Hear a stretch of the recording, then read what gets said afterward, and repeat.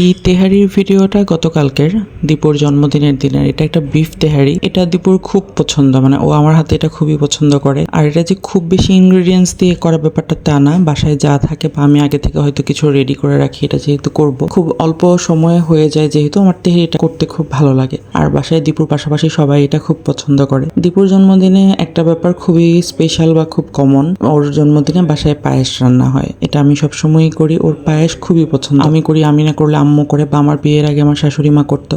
আর পায়েসের পাশাপাশি কোনো একটা বিরিয়ানি বা অন্য কিছু একটা করা হয়, পোলাও মাংস এরকম কিছু। বেশিরভাগ সময় তেহেরি এটা করা হয়, যেহেতু তেহেরিটা ওর খুবই পছন্দ। তাই আমি বিশাল এক পাতিলে তেহেরি বসিয়েছি, সাথে পায়েস ছিল। পায়েসের অবশ্য ভিডিও করা হয়নি। আর আমার কিচেনটা আমার খুবই পছন্দ। কিচেনে যারা নতুন ইন্টেরিয়র কাজ করছেন বা যদি অপশন থাকে, কিচেনে অবশ্যই একটা ফ্যানের ব্যবস্থা রাখবেন, কারণ কিচেনে ফ্যানটা খুবই জরুরি। আমরা যেটুকু সময় রান্না করি তার যে একটা লং টাইম চলে যায় আমাদের কিচেনে সবকিছু রেডি করা, প্রসেস করা, তখন কিন্তু ফ্যানটা দরকার হয়। আর এই যে আমার তেহেরিটার ফাইনাল লুক, এটা মাশাআল্লাহ খুবই ইয়ামি ছিল খেতে। কে কে খেয়েছো, আমার তেহেরি কেমন ছিল পারলে কমেন্ট করো। Thank you, thanks for watching.